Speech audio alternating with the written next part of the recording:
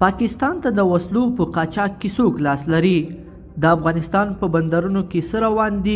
د طالبانو د تصفیې کمیسیون غړي څه ویلي دي؟ جزئیات په ویډیو کې وګورئ او چینل سبسکرایب کړئ. لیدونکو السلام علیکم.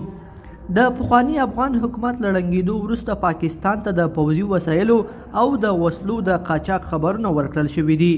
تازه په پکتیکا کې هغه موټر نیول شوی چې پاکستان ته پکې وسلې لیږدول کېدي، خو طالب چارواکي بیا څه وایي؟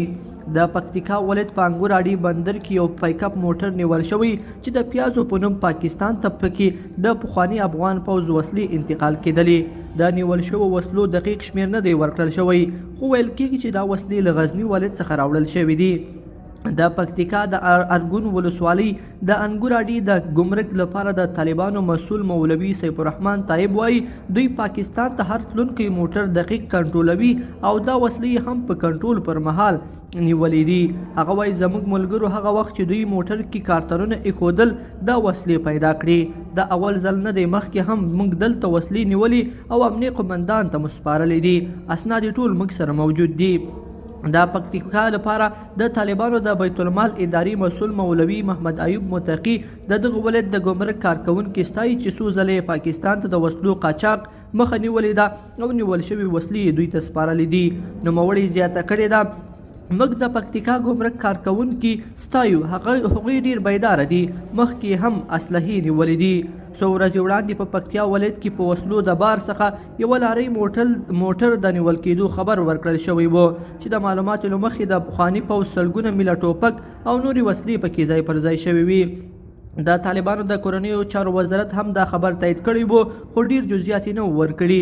د هیواد د یو شمېر نورو ولایتونو هم خبرونه ورکړل شوي دي چې پخواني پوځي وسایل او وسلې له هیواده ایستل کېږي او پاکستان ته یې قاچاق روان دی. په ټولنیزو شبکو کې داسې ویډیوګانې او عکسونه لاس په لاس کېږي چې پکې د پخواني حکومت پوځي موټر لیدل کېږي چې پاکستان ته د سپین بولدک له لارې انتقالېږي. او دغه راز په پاکستان کې د افغان پوځ د یو شمېر پوځي ګاډو انځورونه هم په ټولنیزو شبکو کې لاس په لاس شوي دي. عام افغانان د پوځي وسایلو د پلور او ګاونډیو هیوادونو ته د قاچاق په اړه جدي اندېښنې څرګندوي.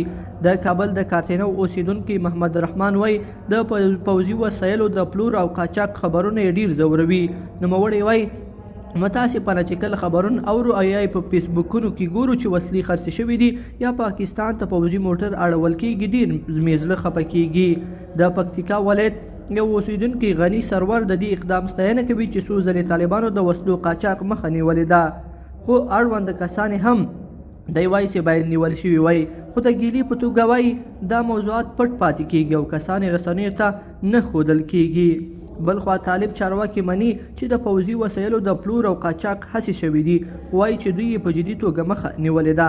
د طالبانو د دفاع وزارت سرمفتش او د طالبانو لیکو د تصفیې کمیسیون مشر لطف الله حکیمي دوبیچه ویلي ته وویل دوی له تصور ژر پخوانی حکومت چپه کړ او طالبان په ناڅاپي توګه حاکم شول چې له همدې امله یو شمېر فرصت طلبه خلک د دوی لیکو کې ځای پر ځای شول.